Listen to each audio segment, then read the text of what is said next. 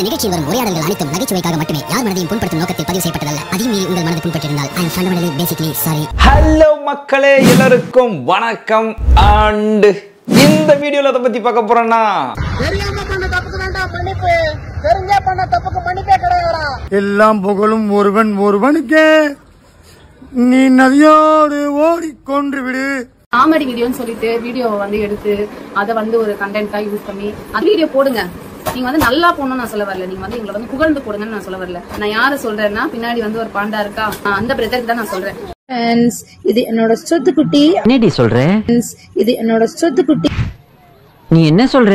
இது என்னோட சொத்து குட்டி. என்னமோ சொன்னீங்க, என் காதுல அது ராங்கா விழுந்துச்சுங்க. எல்லோருக்கும் இஸ்கி இஸ்கி என்றா கேட்கிறது, எனக்கும் இஸ்கி இஸ்கி என்றுதான் கேட்கிறது. மக்களே, உங்களுக்கு எப்படி கேட்டுச்சு? சூத்துக்குட்டின்னு கேட்டுச்சு பாஸ். அடே கரடி முக்கா, உங்ககிட்ட நான் கேட்டனாடா? அவங்க கிட்ட தான்டா கேட்டேன். எதுக்கு அப்படி ஏடா குடும்பம் பண்ற? கொஞ்சம் வாய மூடு சும்மாறா. சரிடா சூத்துக்குட்டி. அடே பாண்டா, பக்கத்தா சைலண்டா இருப்பேன். கோபம் வந்துச்சு மூஞ்சி முகர்ல உடைச்சு போடுவோம் பாத்துக்க. ஏன் பாஸ் கோவப்படுறீங்க? நான் உங்களை செல்லமா கூப்பிட்டேன். நீ செல்லமாவும் சொல்லாத, வெள்ளமாவும் சொல்லாத. நான் அப்புறம் அசிங்கமா சொல்லி போட போறேன்.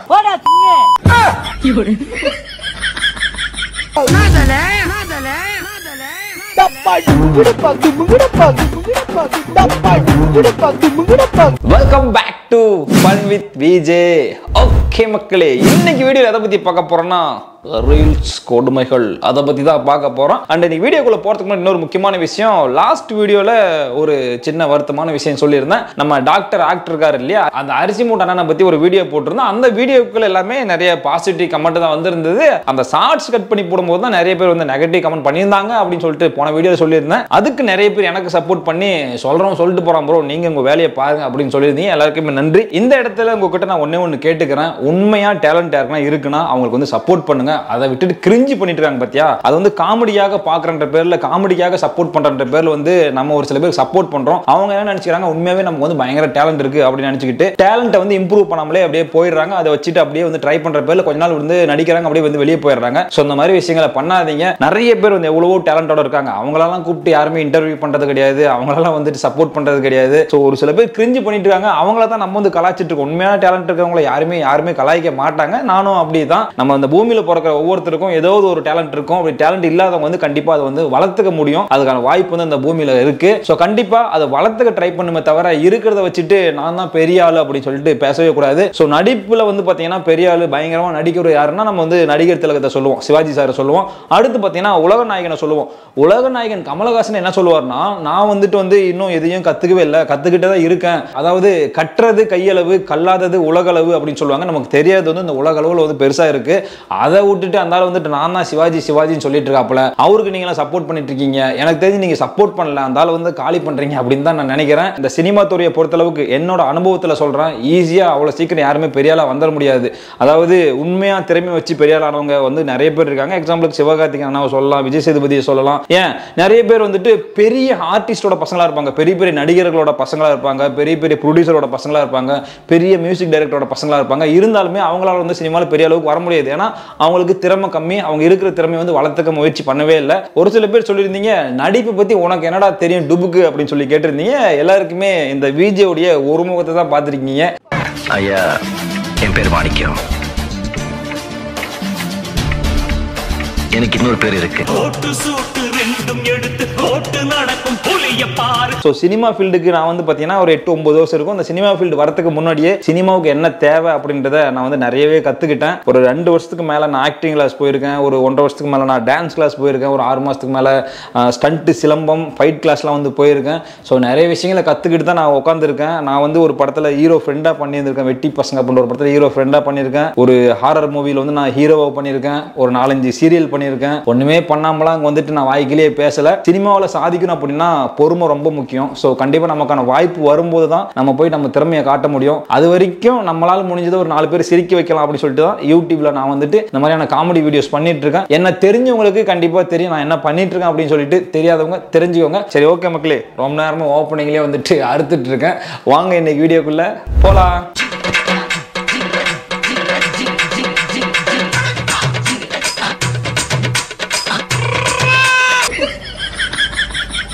என் தளபதி என்னடா பண்ணி வச்சிருக்கீங்க அப்படின்ற மாதிரி தான் இருக்கு. அதாவது ரீசெண்டா இந்த டி ஏஜிங் இமேஜை வந்து எல்லாருமே பார்த்துருப்பீங்க. கோட் படத்துல நம்ம தளபதியை வந்துட்டு டி ஏஜிங் பண்ணி வந்து ரொம்ப எங்கா காட்டுற பேர்ல வந்து இந்த டீ கடை அண்ணன் மாதிரி வந்து காட்டியிருக்காங்க. அதாவது தளபதி ஏற்கனவே அழகா தான் இருக்காரு, அவர் ஏன் இன்னும் வந்து அழகா காட்டணும் அப்படின்னு சொல்லிட்டு இப்படி டி ஏஜிங் பண்ணேன்னு சொல்லிட்டு கொடுமை பண்ணி வச்சிருக்காங்க தெரியல. சரி ஓகே, படம் வந்ததுக்கு அப்புறம் தான் தெரியும் என்னென்ன இருக்குன்னு சொல்லிட்டு. இந்த இமேஜை வந்துட்டு அந்த படத்தோட டீம் வந்து ரிலீஸ் பண்ணதுல இருந்து தளபதி ரசிகர்களே வந்துட்டு என்னையா இது எங்க தளபதியை இப்படி பண்ணி வச்சிருக்கீங்க அப்படின்ற மாதிரி தான் நிறைய பேர் வந்து புலம்பிட்டு இருக்காங்க. இது சம்பந்தமா இன்னொரு வீடியோ பார்க்கலாம். எங்கடா எங்க ஜீவானந்தம், அவனை என்னடா பண்ண, எங்களை எவ்வளவுக்குடா வித்து தொலைச்ச,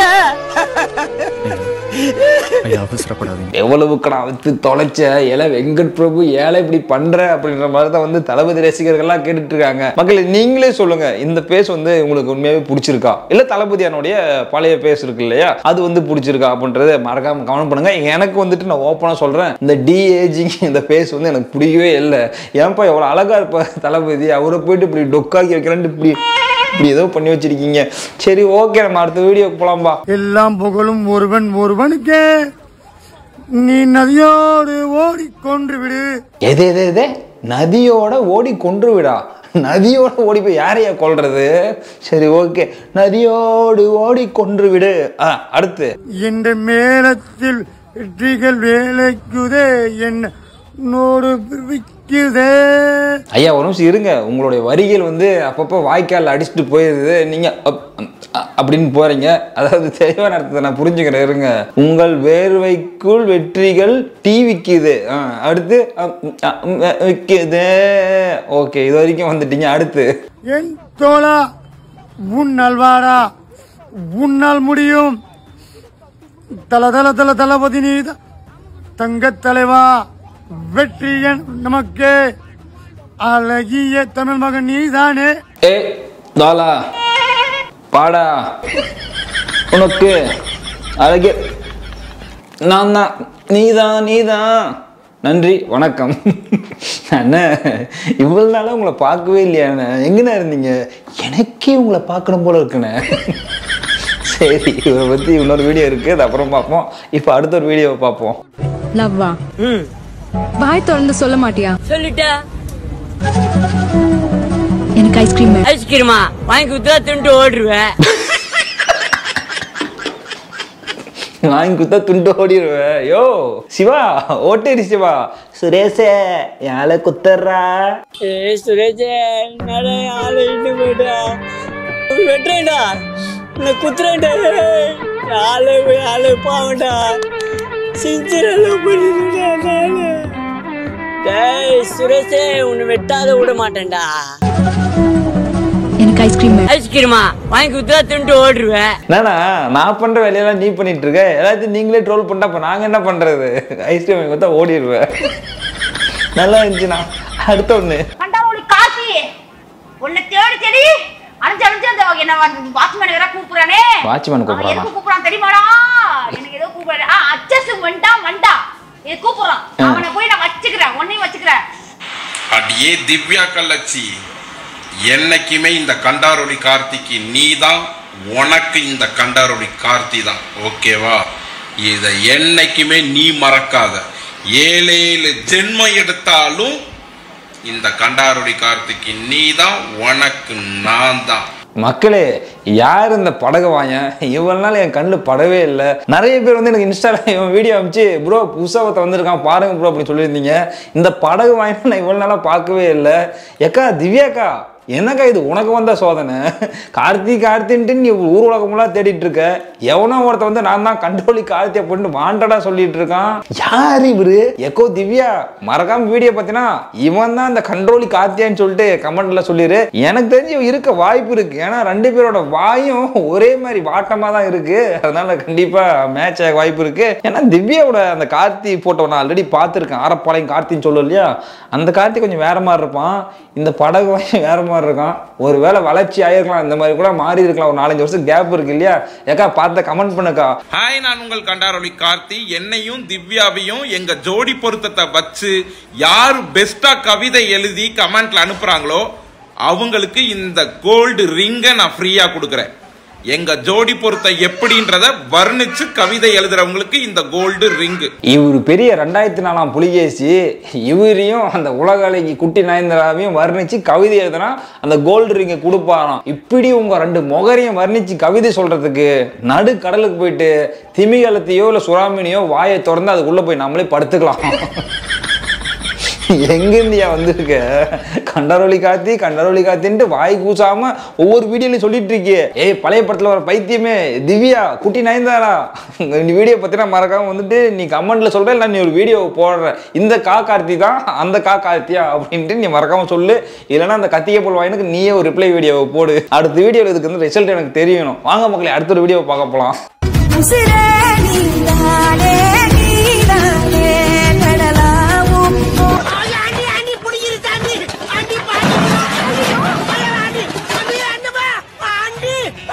வணக்கம். இன்றைய முக்கிய செய்திகள். கொடைக்கானலில் சென்று உசுரே நீதானே நீதானே என்று ரீல் செய்ய கையை தூக்கிய இளைஞர் 100 அடி பள்ளத்தில் தட்டு தடிமாறி ஆண்டி ஆண்டி புடுங்கிருச்சு ஆண்டி என்று கீழே விழுந்து முட்டி முகரையெல்லாம் பேத்து சில்லறை வாங்கியிருக்கிறார் அப்படின்னு தான் நியூஸில் வந்திருக்கோம்.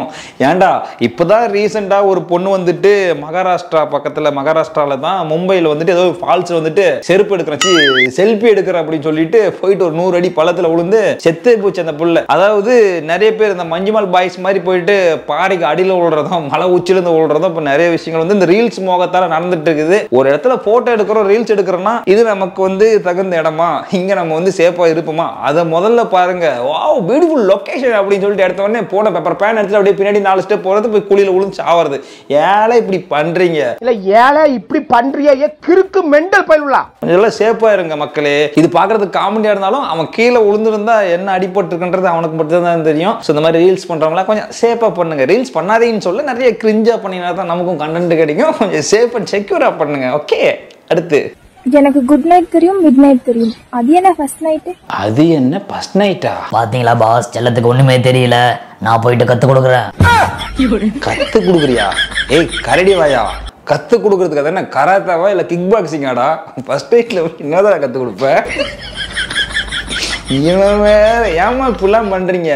நீ இப்படிலாம் சொல்றதுனால தானே இவன் வாய் கம்முன்னு வைக்காம இப்படிலாம் வந்து வாண்டடா இதெல்லாம் பேசிட்டு இருக்கான். கரடி வாயா, உனக்கு அதெல்லாம் தேவைலடா. இன்னும் கொஞ்சம் நாள்ல வந்துட்ட உடனே நம்ம தலைவன் நித்யானந்தா கிட்ட உன்னை அனுப்பிச்சுட போறேன். உன்னை அனுப்பிச்சுட போறேன்டா. வாயை பேசுற வாய். அடுத்த ஒரு வீடியோ பார்க்கலாம்.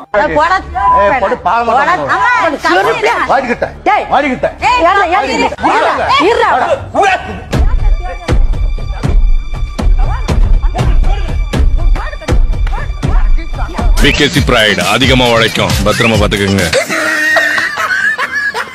எந்த இடத்துல எது கொண்டுட்டு ஆட் பண்றாங்க பாத்தீங்கன்னா எனக்கு ஒண்ணு புரியல. இந்த ஷோ பண்றதுக்கு ரெண்டு ஃபேமிலியை கூட்டு உட்கார வச்சிருக்காங்க. அவங்க பாட்டுக்கு மாத்தி மாத்தி செருப்பால் அடிச்சுக்கிறாங்க. அந்த அம்மா வந்துட்டு என்ன நடக்குதுன்னு பார்ப்போம், அடிச்சுக்கோங்க, நீ அடிச்சுக்கிட்டா தாங்க டிஆர்பி எகுரும் அப்படின்ற மாதிரி வந்து வேடிக்கை பார்த்துட்டு இருக்காங்க.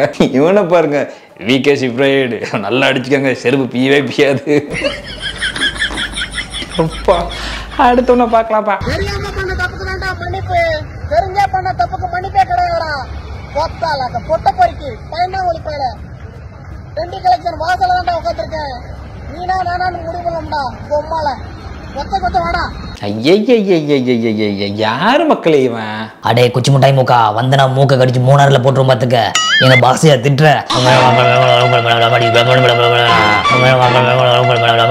ஏண்டா எருமசாணி மூக்கா, வந்து நான் மூஞ்சிலே குசு விட்டுருவோம் பாத்துக்க. ஸ்டாப் பாண்டா, போதும்.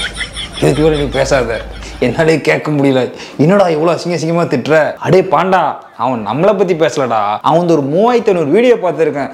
எல்லா வீடியோவிலையும் பாத்ரூம் வெளியே நிற்கிறான், தேட்டருக்கு வெளியே நிற்கிறான், டீ கடைக்கு வெளியே நிற்கிறான், பீச்சுக்கு போயிடுறான். இருக்கிற எல்லா இடத்துலையும் இருந்துட்டு ஏய் வாடா, நீ சொன்ன இடத்துக்கு வந்துட்டேன், ஆம்பளை இருந்தா வாடா, மூஞ்சி முதல்ல வச்சிருவோம் டே அப்படின்னு சொல்லி பேசிட்டு இருக்கான். இவன் யாரை கூப்பிட்றான்னு தெரியல, இவனை யாரு கூப்பிட்றான்னு தெரியல. இதே ஒரு கண்டென்ட் ஆக்கி எல்லா இடத்துலையும் போயிட்டு இவன் பாட்டுக்கு திட்டிட்டு இருக்கான். ஏழை இப்படி பண்ற பாருல, என்ன ஏதோ சொல்றேன்னு சொல்லிட்டு பாண்டா வந்து கோவப்பட்டான். மூக்க கடிச்சு எங்க போடுவோம், 3 போடுவியா? பாண்டா ஐ லவ் யூடா. நெக்ஸ்ட், நான் முன்னாடியே சொன்னேன் நீங்க தான் பேர் வைக்கிறேன்னு. அதே மாதிரி குழந்தைக்கு ஜாதகம் பார்த்தாச்சு. அவங்க ஒரு 4 எழுத்து கொடுத்துருக்காங்க. கி சின்ன தீ இல்ல, பெரிய தீ, தூ, தே, தோ, இந்த எழுத்து தான் கொடுத்துருக்காங்க. நீங்க சொல்ற பேரை தான் நான் வைக்க போறேன். மறக்காம கமெண்ட்ல வந்து ஒரு சூப்பரான பேரு, சுத்த தூய தமிழ்ல எந்த ஒரு கலப்படமே இல்லாம ஒரு பேர் சொல்லுங்க. அந்த பேர் தான் நான் வைக்க போறேன். அந்த அதிர்ஷ்டசாலி யாருன்னு தெரியல. ஏன்னா உங்களாலதான் நாங்க இந்த நிலைமைக்கு வந்திருக்கோம். அதனாலதான் உங்ககிட்ட சொல்றோம், நீங்க தான் பேர் வைக்கணும்னு சொல்லிட்டு ஒரு சூப்பரான பேரை கமெண்ட்ல பண்ணுங்க. எவ்வளவு அழகா இவங்க 2 பேர் வந்துட்டு உங்களால தான் நாங்க வந்து இந்த இடத்துக்கு வந்திருக்கோம். சோ மேல தெரிஞ்ச 5 லெட்டர்ல வந்து ஏதோ ஒரு பேர், அதாவது தூய தமிழ்ல வந்து ஒரு பேரை சொல்லுங்க, எங்க குழந்தைங்க அந்த பேரை வைக்கிறேன் அப்படின்னு சொல்லிட்டு வந்து கேட்கறாங்க. அதுக்கு நீங்க என்ன பண்ணணும், ஒண்ணு அந்த லெட்டர்ல வந்து ஒரு பேரை சொல்லணும், இல்லைன்னா சொல்லக்கூடாது. அவன் வாழ்க்கையிலே இது மேல வந்து குழந்தைக்கு பேர் சொல்லணும் உங்ககிட்ட கேட்கவே கூடாத அளவுக்கு வந்துட்டு கமெண்ட் பண்ணிருக்கீங்க. அந்த கமெண்ட்டை வந்து மக்களை பார்த்த உடனே எனக்கு குபீர்னு சிரிப்பு வந்துருச்சு. இருங்க ஒவ்வொரு கமெண்டா பார்க்கலாம். ஃபர்ஸ்ட் கமெண்ட் தோத்தாத்திரி, அடுத்து திகில் பாண்டி, தீச்சட்டி மன்னாரு, தீயணைப்பு வீரன், திமிங்கலம் குஞ்சு, தற்கொலை, ஐயோ, தி அண்டர்டேக்கர், தூக்குத்தொரை, தானோஸ், துப்பட்டான்னு வைங்க, திடீர்னு பிள்ளைய காணோம்னா துப்பட்டா எங்க அப்படின்னு கேட்கலாம். ஐயோ, தீக்கோழி, துப்பறிவாளன், ஐயோ எப்பா, தீம் பார்க். இது கீழே கமெண்ட்ஸ் பார்க்கவே முடியல சத்தியமா. அந்த கமெண்ட்டை சடனா பார்க்கும்போது எனக்கு அவ்வளவு சிரிப்பு வந்துச்சு. உங்களுக்கு சிரிப்பு வந்துச்சான்னு தெரியல. எப்பா நீங்க 2 பேர் தானே பிள்ளைய பெத்துக்கிட்டீங்க, ஜாதகம்லாம் பார்த்தீங்க, பேர் வைக்கன்னு சொல்லிட்டாங்களா, உங்க 2 பேருக்கும் பிடிச்ச ஒரு பேரை செலக்ட் பண்ணி நீங்க வைங்க. ஓகேவா? நிறைய விஷயங்கள் மக்கள் சஜஷன் கேட்கலாம், பட் இப்படி கேட்டீங்கன்னா இப்படிதான் வரும். தீயணைப்பு வீரன், தீக்கோழி, தீம் பார்க். நல்லா இருக்கியா? அடுத்த ஒண்ணு, நான் மாட்டுக்கு அடுத்தல மாடு ஒன்று படுத்துட்டு இருக்கிற ஃப்ரெண்ட்ஸ் பாருங்க ஃப்ரெண்ட்ஸ், மாடு நானும் ஒன்னா தான் படுத்துருக்கிற ஃப்ரெண்ட்ஸ். இது வந்து சாணி ஃப்ரெண்ட்ஸ், நான் சாணி வந்து திங்கும் ஃப்ரெண்ட்ஸ் எல்லாம். சீ கர்ம கர்மா, என்ன இப்படி நாருது? அடே நீ என்னடா மூந்து பார்த்த மாதிரி சொல்ற, அவன் என்னடா மூஞ்சில சாணி அடிச்சுக்கிறான். இது முடிவல்ல, ஆரம்பம். அடுத்து வந்து அண்ணன் என்ன வீடியோ பண்ண போறாருன்னா சாணியை வந்து திங்க போறாரு. ஏயா என்னையா, ஏற்கனவே ஒருத்தன் அவ்வளோ ஸ்டார்டிங் ஃப்ரெண்ட்ஸ் ஓ அப்படின்னு சொல்லிட்டு நம்மளை போட்டு அறுத்துட்டு இருக்கான். ஓ பெரிய நரி ஊழடுது வரான், எந்திரிங்க வரான், என்னோட சவனத்தை கேட்டீங்கடா, நல்லா படிப்பீங்க வரான். ஓ அதை சாட்டேன் பிரான், ஒன்றும் பண்ண முடியாது. ஏன்டா நரி ஊழடுறது வரான், 3 மணி நரி. அவன் ஸ்டைல்லே புதுசா நீ இறங்கி இருக்க. ஏயா மாட்டுச்சாணி மண்டையா, உனக்கு வேற கண்டென்ட்டே இல்லையா? பைத்தியம். சீப்ப போனாலும் வாய்ப்பு தரும், பட் வாய்ப்புக்கான ஒரு விலை கூலியா நீங்க எனக்கு இதை தாங்கன்னு கேட்டாங்க. என்ன கேக்குறாங்க? அட்ஜஸ்ட்மெண்ட். கூட ஓப்பனா சொல்லாமா? சொல்லிடுங்க. கூட படுக்க கூப்பிடுறாங்க. துணைக்கா? இல்ல சொல்லுங்க. ஏன் சிரிக்கிறீங்க? துணைக்கெல்லாம் கூப்பிடலங்க. உங்களுக்கு தெரியாது அட்ஜஸ்ட்மெண்ட் காம்ப்ரமைஸ் என்னன்னு. என்னதுங்க அப்படின்னா அட்ஜஸ்ட்மெண்ட்னா?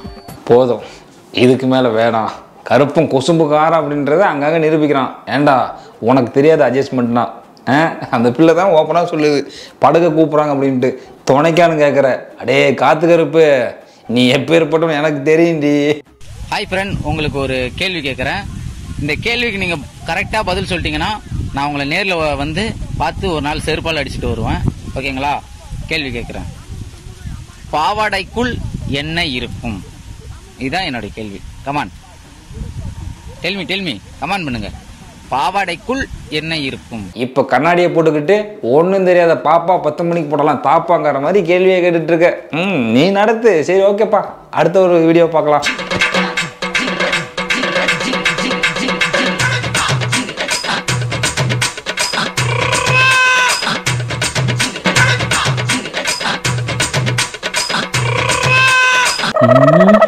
என்ன பண்றாங்க?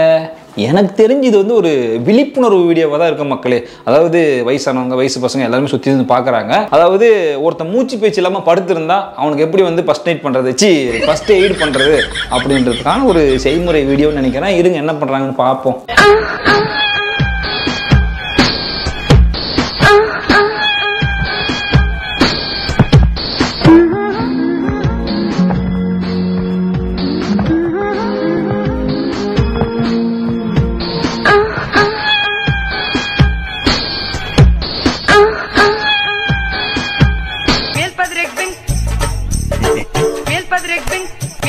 பாஸ் ரொம்ப நல்லா இருக்கு first night video, C first eight video.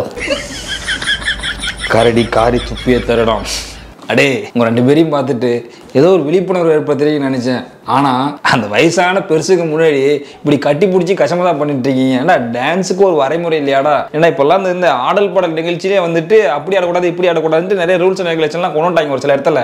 நீங்க இப்படி மட்டமல்லாக பட்டப்பகல் வந்து படுத்துக்கிட்டு ஐயோ எந்த ஊருன்னு சொல்லுங்க மக்களே. நீங்க போய் வேடிக்கை பார்க்க போறீங்களா? அடே சும்மா என்னைக்குன்னா போனா யூஸா உள்ள பாண்டா உன்னையும் கூப்பிட்டு போவோம், கவலைப்படாத. அடுத்து போல்டா பெர்ஃபார்ம் பண்ணுவாங்க, நல்ல சிங்கர், நல்ல ஒரு ஆக்டிங், எல்லாமே ஒரு பல்விதமான டேலண்டா யங்ஸ்டர்ஸா பார்த்தேன். அதனால என்ன கேரக்டர் கிடைச்சா ஓவரா இல்லையா சார்? ஸ்ருதிகாசன் கூட நீங்க வந்து ஆக்ட் பண்ணணும். ஏன் மேடம் நடிகர்கள இல்ல நீங்க கேக்குறீங்க, அதுக்கு பதில் சொல்றேன். அதை விட பெட்டரா கூட அமையலாம் இல்லையா நம்ம நடிப்பு திறமையை பார்த்துட்டு.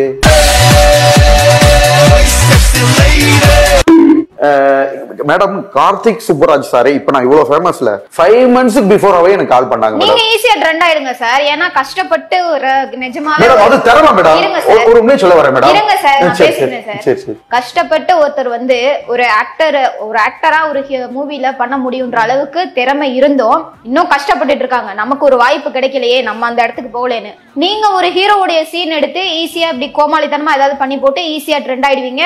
டைரக்டர் எல்லாம் உங்களை கான்டாக்ட் பண்றதுக்கு உங்க இன்ஸ்டாகிராம்ல வந்து உங்க வாட்ஸ்அப் நம்பர் போடுவீங்க, ஈஸியா நீங்க மேல போயிடுவீங்க. திறமை இருக்கிறவங்க நிஜமாவே வந்து ஒரு ஆக்டர் திறமை இருக்கிறவங்க எல்லாம் இன்னும் வெயிட்டிங் லிஸ்ட்ல தான் இருக்காங்க. உண்மையை சொல்லலாம் மேடம், திறமைனாலதான் மேடம் இது ரீச் ஆனே. ஒரு டைரக்டருக்கு தெரியும் மேடம் ஒரு நடிகனோட இது வந்து பாத்தீங்கன்னா எப்படி அந்த பையன் பண்றான். கண்டிப்பா ஒரு டைரக்டருக்கு தெரியும். என்ன மேடம் மூவில நடிக்க வாய்ப்பு வந்துருச்சா? இல்ல மேடம் ஒரு வாய்ப்பு வந்துச்சு, அதை நான் கரெக்டா யூஸ் பண்ணல. ஏன்னா பிசியோதெரபிஸ்ட் மேடம் நாங்க பிஸியா இருக்கனால சார் கூப்பிட்ட நேரம் நான் போல கார்த்திக் சுப்ராஜ். பட் அது போக வந்து இன்னும் சில சான்சஸ் வந்துகிட்டு இருக்கு. நல்ல வாய்ப்புகள் கிடைக்கிறப்ப அதிகாரப்பூர்வம் அனௌன்ஸ் பண்ணுவேன் மேடம். இதே திவாகரா நீங்க இன்னொரு தடவை இன்டர்வியூ எடுக்கிறப்ப ஒரு பெரிய ஆக்டர் திவாகரா நீங்க எடுப்பீங்க. ஆனா மக்களே இவருடைய கான்ஃபிடென்ட் வந்து எனக்கு ரொம்ப பிடிச்சிருக்குது. அதாவது நம்ம ஒரு லெவலில் இருக்கோம், ஸோ அடுத்த லெவலுக்கு போக போகிறோம், இவ்வளோ ஃபேம் கிடைச்சிருக்கு, பப்ளிசிட்டி கிடைச்சிருக்கு அப்படின்னா நம்மளை நம்ம வந்து இம்ப்ரூவ் பண்ணிக்கிட்டா கண்டிப்பாக இவருக்கு வந்து ஒரு நல்ல பொசிஷன் இருக்குது. எக்ஸாம்பிள் ஜிபி முத்து சொல்லலாம். எல்லாம் பேயில போக செத்த பையில அந்த பையில இந்த பையிலும் திட்டிட்டு இருந்தாப்புல. ஸோ அவர் வந்து கரெக்டாக யூஸ் பண்ணி இந்த டிவி ஷோ ஒரு சில மூவிஸ்லாம் வந்து பண்ணியிருக்காரு. அதுக்கு தகுந்த மாதிரி இவரும் வந்துட்டு கொஞ்சம் அந்த ஆக்டிங் ஸ்கில்ஸ்லாம் வந்து இம்ப்ரூவ் பண்ணிக்கிட்டு இந்த கோமாளி மாதிரி பண்ணாமல் கிரிஞ்சி பண்ணாமல் கொஞ்சம் பெட்டராக பண்ணார் அப்படின்னா கண்டிப்பாக அவருக்கு ஒரு சில இடத்துல வாய்ப்புகள்லாம் கிடைக்கும். அந்த வாய்ப்பை கரெக்டாக பயன்படுத்தினா அடுத்த லெவலுக்கு போகலாம். அதை விட்டுட்டு நான் அடுத்த சிவாஜி அப்படின்னு சொல்லிட்டு இங்க பண்ற மாதிரியே வந்து கிரிஞ்சு பண்ணிட்டு இருந்தா கடைசி வரைக்கும் இப்படிதான் இருக்கணும். எல்லா யூடியூப் சேனலும் கூப்பிட்டு இன்டர்வியூ பண்ணிட்டு அதுக்கப்புறம் தூக்கி வெளியே போட்டுருவாங்க. எக்ஸாம்பிளுக்கு லாஸ்ட் ஒரு 2 மாசத்துக்கு முன்னாடி பாத்தீங்கன்னா என் தலைவன் அகோரி கலையரசன் வந்து ரொம்ப ட்ரெண்டா இருந்தாப்புல. இப்போ வந்துட்டு ஆள் அட்ரஸே தெரியல, ஏதோ ஒரு கோயிலில் வந்துட்டு திரும்ப ஒரு பூஜை எல்லாம் பண்ணிட்டு சுத்திட்டு இருக்காப்புல. இருந்தாலுமே அந்த அளவுக்கு ட்ரெண்ட் இல்லை. அதே மாதிரி தான் அடுத்த ஒருத்தன் வந்துட்டு கிரிஞ்சு பண்ணி ட்ரெண்ட் ஆகி வருவோம் பாத்தீங்களா, அப்ப அவனை வச்சு இன்டர்வியூ பண்ணிட்டு வீடியோ பண்ணிட்டு இருப்பாங்க அந்த சோசியல் மீடியால. இவர் தூக்கி வெளியே போட்டுருவாங்க. ஸோ கண்டிப்பாக காலம் பதில் சொல்லும். அதுக்கு முன்னாடி வந்துட்டு நம்ம வந்து அகோரி கலையரசனை பற்றி நிறைய வீடியோஸ் வந்து போட்டிருக்கோம். அவர் வந்து பார்த்தீங்கன்னா நாட்டுப்புற கலைகளில் வந்துட்டு பயங்கரமாக அவரும் அவங்க ஒய்ஃபும் பண்ணிட்டு இருப்பாங்க. ஸோ அதை பார்த்துட்டு நான் வந்துட்டு பயங்கரமாக வியந்திருக்கேன். அதை விட்டுட்டு நான் அகோரியா மாறிட்டேன் அப்படின்னு சொல்லிட்டு ஒரு சில கிறுக்குத்தனம் பண்ணிட்டு இருந்தார் இல்லையா, அதை வச்சு தான் நம்ம ட்ரோல் பண்ணோம். அவர் அந்த நாட்டுப்புற கலைகளில் அந்த கண்ணில் வந்துட்டு பிளேடு எடுக்கிறது, அப்புறம் கண்ணிலே காசு எடுக்கிறது, அதுக்கப்புறம் பார்த்தீங்கன்னா அந்த ஃபயர்லாம் போட்டு ஃபயர் டான்ஸ் ஆடுறது, இதெல்லாம் பார்க்கும்போது நானே வந்துட்டு வேற லெவலில் பண்ணுறாங்க அப்படின்னு சொல்லிட்டு அவங்களுடைய ரீல்ஸ்ல வந்து நான் ஏற்கனவே பார்த்துருக்கேன். நான் அகோரியா வந்ததுக்கு அப்புறம் தான் வந்து ட்ரோல் பண்ணோம். இப்போ எதுக்கு இதை பத்தி பேசிட்டு இருக்கேன் அப்படின்னு சொல்லிட்டு ஒரு சில பேர் கேட்கலாம். நம்ம அகோரியோடைய ஒய்ஃப் இருக்காங்க இல்லையா, ஆத்துக்காரம்மா, அவங்க வந்துட்டு நமக்கு ஒரு வீடியோ போட்டிருக்காங்க. அந்த வீடியோ என்னன்றதை முதல்ல பார்த்துட்டு வந்துடலாம் வாங்க. காமெடி வீடியோன்னு சொல்லிட்டு வீடியோவை வந்து எடுத்து அதை வந்து ஒரு கண்டென்ட்டா யூஸ் பண்ணி அந்த வீடியோ போடுங்க.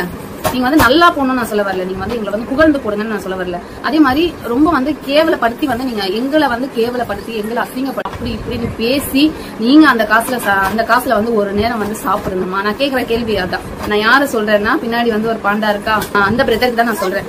நீங்க வந்து போடுங்க, நான் காமெடியா பேசி போறீங்களா போடுங்க, மக்களை வந்து சிரிக்கிறீங்க, அதெல்லாம் தப்பு இல்ல, ஆனா இருக்க மாட்டோம். அதனால வந்து யாரோட பாவத்திலயும் யாரோட சாபத்திலயும் வந்து விழாதீங்க, அவ்வளவுதான் நான் சொல்ல முடியும். எங்களுக்குன்னு இல்ல, நம்ம யாருக்கு ஒரு எறும்புக்கு துரோகம் பண்ண கூட, ஒரு எறும்பு வந்து கொண்டா கூட அதுக்கான பலனை வந்து நம்ம அனுபவிப்போம். அதுதான் இந்த உலகம். எல்லாமே வந்து உயிர் தான், எல்லாத்துக்குமே வந்து எல்லாமே இருக்குது. நம்ம மனுஷனா போறதுனால நம்ம மான மரியாதை பாக்குறோம், மற்றதுக்கு எல்லாத்துக்குமே நமக்கு என்னென்ன வலி வேதனை துன்பம் துயரம் கஷ்டம் எல்லாமே இருக்குது. அதே மாதிரி இந்த பூமியில படிச்ச எல்லா உயிரினங்களுக்கும் அந்த வலி வேதனை துன்பம் நஷ்டம் கஷ்டம் எல்லாமே இருக்கும். அதனால வந்து ஒவ்வொரு விலங்கோ ஒவ்வொரு செடி கொடியை நம்ம காயப்படுத்தினா கூட அதுக்கான விளைவை அதுக்கான பலனை நம்ம அனுபவிச்சுட்டு தான் இருப்போம். ஏதோ ஒன்று பேச வந்துட்டு தாய்க்கு குளம் வந்து எதையோ பேசிட்டு இருக்கு அப்படின்னு தான் சொல்லணும். அதாவது ஒரு விஷயம் சொன்னாங்க, நம்ம ஒரு எறும்புக்கு துரோகம் பண்ணா கூட அது வந்து பாவம் நமக்கு சேரும் அப்படின்றோம். இப்போ எறும்பு வந்து நம்மளை கடிக்குது, பட்டின்னு ஒரு அடி அடிச்சுட்டு சாவடிச்சிடறோம். கொசு கடிக்குது, அது ஒரு அடி அடிச்சு சாவடிச்சிடறோம். கண்டிப்பா பாவம் வருமா அப்படின்னா வரதான் செய்யும். அப்போ சண்டே ஆனா எல்லாருமே கோழி ஆடெல்லாம் அடிச்சு போட்டு அந்த அளவுக்கு தின்னுட்டு இருக்காங்களே, அப்போ எல்லாருமே நான்வெஜ் சாப்பிட்ற எல்லாருமே பாவத்தை சேர்த்துட்டு இருக்கீங்க. நோட் பண்ணுங்கப்பா பின்றாம்பா. அதாவது சிஸ்டர், நான் உங்களுக்கு என்ன சொல்றேன் அப்படின்னா, நீங்க பண்ண நல்ல விஷயமான வீடியோக்கெல்லாம் எடுத்து யாருமே ட்ரோல் பண்ணல. அவர் அகோரியா மாறிட்டான் அப்படின்றதையும் யாரும் பெருசா வந்து பேசல. அந்த டைம்ல வந்துட்டு அம்மனை வந்துட்டு அப்படி இப்படின்னு பார்த்தேன். அதுக்கப்புறம் நிறைய விஷயங்கள் வந்துட்டு யாருமே நம்ப முடியாத அளவுக்கு ஒரு சில விஷயங்கள்லாம் சொன்னாப்புல. அதாவது நான் வந்து எனக்கு இவ்வளவு சக்தி இருக்கு, நான் வந்து ப்ரூவ் பண்ணி காட்டுறேன், உங்க கண்ணு முன்னாடி இதை பண்றேன்டா அப்படின்னு சொல்லிட்டு ஒரு பெரிய வித்தியை வந்து காமிச்சிருந்தார் அப்படின்னா கண்டிப்பா நம்பி இருக்கலாம். அவர் எதுவுமே பண்ணல. இந்த அகோரின்ற வேலையெல்லாம் விட்டுட்டு ஃபேமிலியோட இருந்துட்டு இந்த நாட்டுப்புற கலைகள் அவர் பண்ணார் பார்த்தீங்களா, எவ்வளவு மெடல் வாங்கி வச்சிருக்காரு. ஸோ அதுலேயே வந்துட்டு கான்சன்ட்ரேட் பண்ணி போயிருந்தாருன்னா இன்னும் நீங்க பெரிய ஆளா வந்திருக்கலாம். அதை விட்டுட்டு ஏன் இந்த லைன் அப்படின்றத தான் நான் வந்து நிறைய பேசியிருந்தேன். அதாவது மக்களே, நம்ம அகோரி கலையரசனே நம்ம லாஸ்ட்டாக அவரை பற்றி ஒரு வீடியோ வந்து போட்டிருந்தோம். அந்த வீடியோ பார்த்துட்டு ஒரு கமெண்ட் பண்ணியிருந்தாரு. அந்த கமெண்ட் என்னன்றதை நீங்களும் பார்த்துக்கோங்க. எல்லா வீடியோவும் சூப்பர் ப்ரோ, நாங்களே மெய் மறந்து சிரிக்கிறோம், மக்களை தொடர்ந்து சிரிக்க வைங்க அப்படின்னு சொல்லிட்டு அவரே கமெண்ட் பண்ணியிருந்தாரு. அதாவது நம்ம அகோரி கலையரசனை பற்றி தான் பேசணும், அவரே வந்துட்டு சிரிப்பா இருக்கு, மக்களை தொடர்ந்து சிரிக்க வைங்க அப்படின்னு சொல்லி சப்போர்ட் பண்ணியிருக்காரு. அகோரி கலையரசன் மட்டும் கிடையாது, நிறைய பேர் நம்ம இன்ஸ்டாகிராம் ரீல்ஸ்லாம் வந்து ட்ரோல் பண்றாங்க இல்லையா, அந்த பொண்ணுங்களே ஒரு சில பேர்லாம் வந்துட்டு ப்ரோ என் வீடியோ தான் ட்ரோல் பண்ணிருக்கீங்க, சிரிப்பு அடக்க முடியல ப்ரோ, தேங்க்யூ ப்ரோ, அப்படி ப்ரோ இப்படி ப்ரோன்ட்டு ஒரு சில பேர்லாம் வந்து கமெண்ட் பண்ணியிருக்காங்க. அதை பற்றி நம்ம ஏற்கனவே அந்த கமெண்ட்லாம் வந்து நிறைய வீடியோலேயே நம்ம வந்து ஸ்க்ரீன்ஷாட் போட்டு பேசியிருக்கோம். ஓகே மக்களே, வீடியோட எண்டுக்கு வந்துடலாம். அதாவது மேரேஜுக்கு முன்னாடி நான் வந்துட்டு நிறைய ஆடிஷன்ஸ், நிறைய ஷூட்டிங் அது இதுன்னு போயிட்டு இருந்தேன். மேரேஜுக்கு அப்புறம் கொஞ்சம் ஃபினான்ஷியல் ப்ராப்ளத்தினால வந்துட்டு ஸோ ஆற்றுல ஒரு காலம் சேத்துல ஒரு காலம் வைக்க முடியாதுன்னு சொல்லுவாங்க இல்லையா, அது மாதிரி வந்துட்டு இதையும் அதையும் மேனேஜ் பண்ண முடியாமல் இருந்தேன். இப்போ ஓரளவுக்கு ஓகே ஆயிருக்கு. நம்ம வந்துட்டு திரும்பவும் நம்ம சினிமா வந்து ட்ரை பண்ணுறேன். இது மேலே வந்து சீரியல், மூவிஸ் இதெல்லாம் ஒன்று ரெண்டு எனக்கு சின்ன சின்ன கால்ஸ் வந்துட்டு இருக்கு. கண்டிப்பாக வந்து நான் ஷூட்டிங் போவேன். ஷூட்டிங் போகும்போது கண்டிப்பாக நான் உங்களுக்கு அப்டேட் பண்ணுறேன். நீ என்னடா நடிச்சு கிளிக்கிற அப்படின்னு கேட்குறவங்களுக்குலாம் வந்துட்டு கண்டிப்பாக அதுக்கு ஒரு ஆன்சராக இருக்கும்னு நினைக்கிறேன். ஸோ நம்ம படமும் ரிலீஸ் ஆச்சுன்னா வந்துட்டு ரொம்ப நல்லா இருக்கும். ரிலீஸ் ஆக மாட்டேங்குது. நிறைய ப்ராப்ளம் என்னன்னா, சின்ன சின்ன பட்ஜெட் படங்கள்லாம் அவ்வளோ சீக்கிரம் ரிலீஸே ஆகாது. ஓரளவுக்கு பெரிய பட்ஜெட் படம், பெரிய ஹீரோ படம் தான் வந்து சீக்கிரம் ரிலீஸ் ஆகுது. முடிஞ்ச அளவுக்கு ஒரு பெரிய ஹீரோ படத்தில் ஒரு குட்டியோண்டு ரோல் கிடைச்சா கூட நல்லா இருக்கும். கண்டிப்பாக ஒரு சின்ன சின்ன கேரக்டர் கிடைச்சா பெரிய ஹீரோ படத்தில் நம்ம தளபதி, அப்புறம் நம்ம தலை, அதுக்கப்புறம் வந்து நம்ம ரஜினி சார் படம், இப்போ கூட கூலி அந்த படம் ஆடிஷன் போச்சு. என் ஃப்ரெண்ட்ஸ்லாம் கூப்பிட்டாங்க, நான் தான் போல பார்த்தா அவங்களாம் ஒரு சில பேர் வந்து செலக்ட் ஆயிருக்காங்க. ஸோ அடுத்தடுத்த படங்கள் கண்டிப்பாக வாய்ப்பு வரும்போது நம்மளும் போயிட்டு அந்த படத்தில் ஜாயின் பண்ணி பண்ணலாம். ஓகே மக்களே, தொடர்ந்து நீங்கள் வந்துட்டு சப்போர்ட் பண்ணுறதை பண்ணிட்டே இருங்க. வீடியோவில் எதனா குறை நிறைகள் இருந்தால் கண்டிப்பாக கமெண்ட் சொல்லுங்கள், அதை நான் திருத்திக்கிறேன். மறக்காமல் வீடியோவுக்கு ஒரு லைக் பண்ணுறேங்க அண்ட் வீடியோ உங்கள் ஃப்ரெண்ட்ஸ் நம்மளுக்கு ஷேர் பண்ணுறேங்க. இதே மாதிரி ஒரு வீடியோவில் உங்களை சந்திக்கும் வரை உங்களிடமிருந்து விடைபெறுவது இட்ஸ் மீ விஜே. பாய்.